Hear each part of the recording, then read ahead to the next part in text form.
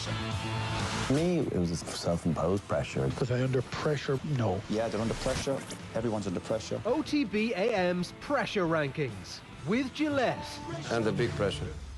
Right, it's time for our Gillette Pressure Rankings. Owen, 5-1. Who we think is under the most pressure in the world at the moment? How are we getting on? Let's start at number 5, and we're going to go back to Uefa here. Under severe pressure after Niall Quinn firmly put the blame at their door for the false positive that occurred last Thursday ahead of Ireland's game against Slovakia. It's all UEFA's fault. Didn't see this one coming myself. I thought that maybe the insider Slovakia fan that they've obviously inserted into the laboratory over in Bratislava, that is the person to blame. But UEFA, this is a new one. UEFA selling the FAI a pup was how Niall Quinn described this yesterday. It might well have been a reflex action in defence of the FAI to try and blame the first person that he thought of. But I don't know. I thought that this was an unusual amount of pressure being put on somebody who has testing to do, but is largely out of their own hands in terms of this testing being fully accurate. It's kind of out of everybody's hands to a certain degree, and this margin of error, I think, kind of needs to be accepted.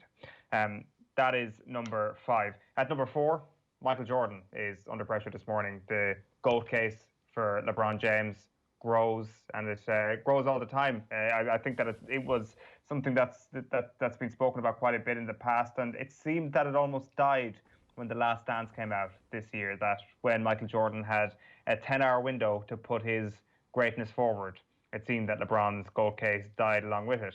What we should remind people is that Michael Jordan didn't win anything this spring. It may seem like it. It may seem like that, you know, the Last Dance was almost like a massive, it was like almost another ring for Michael Jordan, and it was like people were more convinced in him as a result of seeing the behind-the-scenes footage. The behind-the-scenes footage doesn't change the greatness of the player.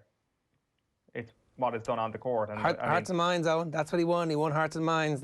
And in the battle for, let's face it, after you screwed up the maths 2 weeks ago and nearly proved correctly who was the greatest on the basis of science, now all that matters is hearts and minds. So when the question is asked, who's the greatest of all time, everybody reflexively goes, oh, I saw that Netflix thing. There's been no Netflix thing about anybody else.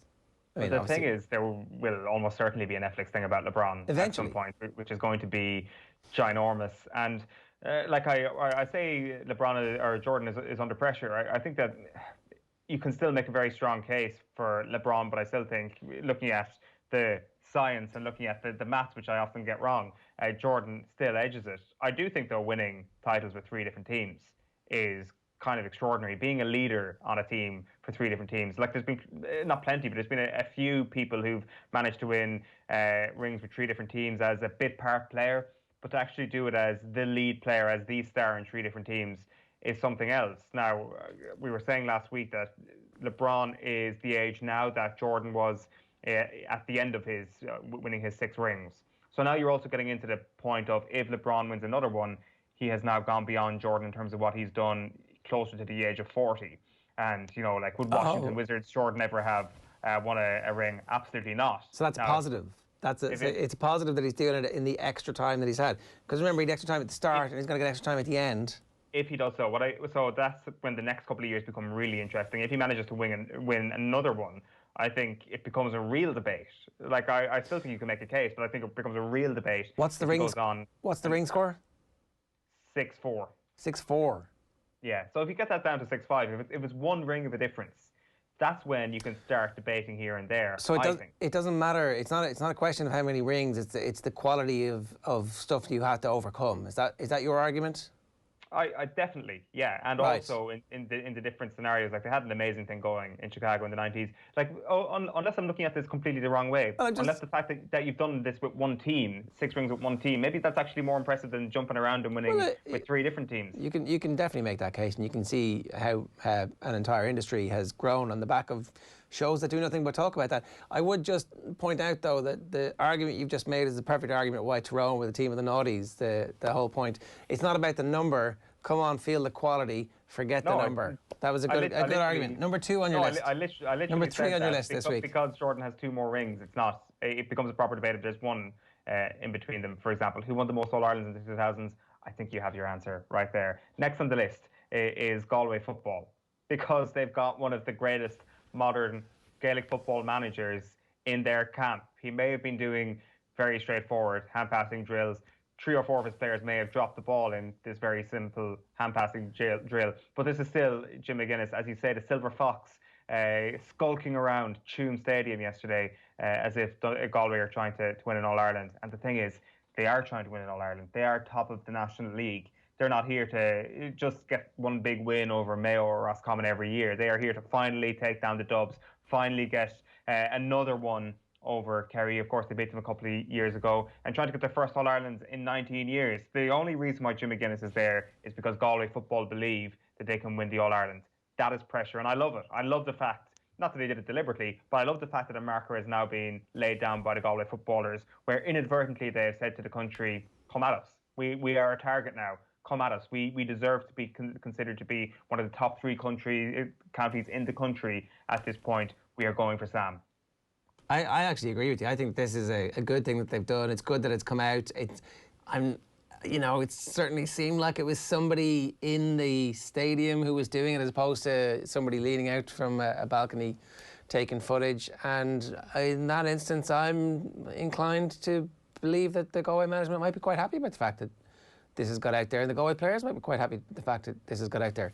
Now, maybe Mayo are licking their chops thinking, oh yeah, you need somebody like that, do you? I don't know. But let's wait and see. I think that you can certainly, I don't think they're going to look back at this and go, Jesus, it was a disaster that the news got out that we had somebody like Jim McGuinness giving us his shield and his power. And I don't see that. If anything, Mayo will be really impressed by it. Not in a sort of, oh, you're great sort of way, but in a way that sort of speaks to how they think. Like James Horan has popped up in different places. It was with Leinster Rugby, wasn't it? Yeah. Where he popped up earlier this year. He's certainly somebody who's tapped into all different aspects of Irish sporting life to try and get an edge, and that's exactly what Galway have done. The thing about the Jim McGuinness with Mayo rumours a couple of years ago under Stephen Rochford is that it was kind of believable until it was obviously rubbish. It kind of made sense. You kind of thought to yourself, that is a genius move by Stephen Rochford to bring in Jim McGuinness, because this is the guy who has beaten the Dubs. He is the last manager to have beaten the Dubs. Why wouldn't you do it? And I don't know, it obviously became a little bit of a parody because it ended up being a complete rumour, but I don't think it was a parody because of Jim McGuinness. I think that it actually made a lot of sense, and I think Galway, it could be a very, very smart move by them. Interesting to see, though, as you say, what he can actually bring 6 years on from that win. Go on.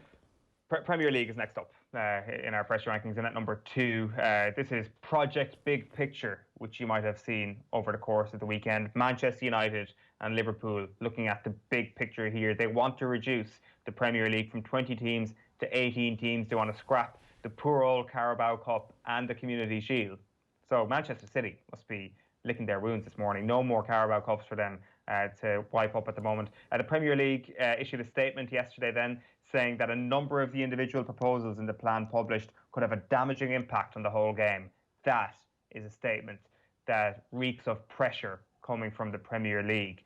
So it's very, intelligent what Manchester United and Liverpool have done here to appeal to the everyman of British life, which is, of course, the EFL club supporter. And they will be in for 25% of all combined Premier League and EFL revenues, with an advance of up to £250 million being made available early to the EFL clubs during the pandemic.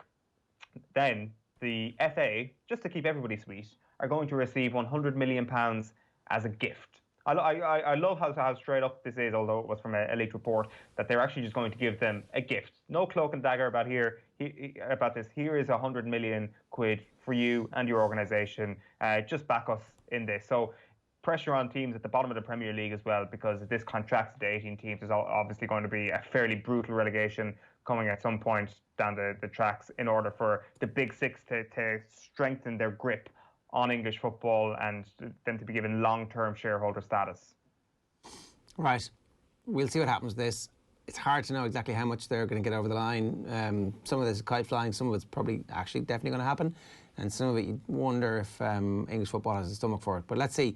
Number one, I think pressure comes in many ways, but one of the worst types of pressure you could possibly have is suffering an absolutely devastating leg injury I guess 2 years ago at this point, having to go through a ridiculous rehab after suffering a spiral and compound fracture to your right tibia and fibula and undergoing 17 surgeries. That is pressure on a sports career. That was the pressure that Alex Smith has faced for the last 2 years.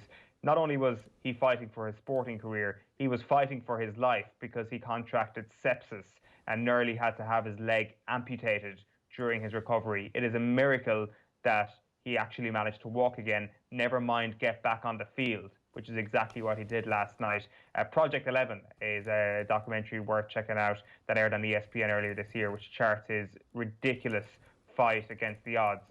He kind of wrote off his entire career, to be quite honest with you, but he was back on the pitch for Washington last night. So an incredible story. Absolutely. Unfortunately, there was a fairly similar, not quite as bad injury that Dak Prescott suffered, ending his season and requiring, it was a compound fracture of the ankle that he suffered against the Giants last night. So, we'll talk NFL on the Snap coming up on Friday. But that's it for our Gillette Pressure Rankings this week. OTB AM's Pressure Rankings with Gillette. OK, Colin Bouygues is with us. Before we get to Colin to talk about the tennis at the weekend, I do want to point you in the direction of a brilliant piece that Arthur James O'Dea has written across our various platforms. You can catch it on the OTB Sports app, or you can catch it on otbsports.com. He's interviewed 13 Irish women about their experiences of playing top-level sport in Ireland, from karate to camogie to football to athletics, and the various relationships that there's a brilliant story about a mother-daughter relationship and how just the crap that they had to put up with. There's brilliant stories about the camogie teams and the football teams not quite getting the same level of access to facilities. All the type of stuff that you thought that might be finished, but clearly isn't. And it's a good opportunity for us all to examine exactly how far the 20 by 20 campaign has come and to see what happens next. But this is, in their own words, the testimony of 13 Irish athletes talking about beyond women in sport. Really worth checking out. It's on all of our social channels as well. If you can, if you having any trouble getting it, just tweet us and we'll send it to you. But it's on the homepage on otbsports.com and on the app as well.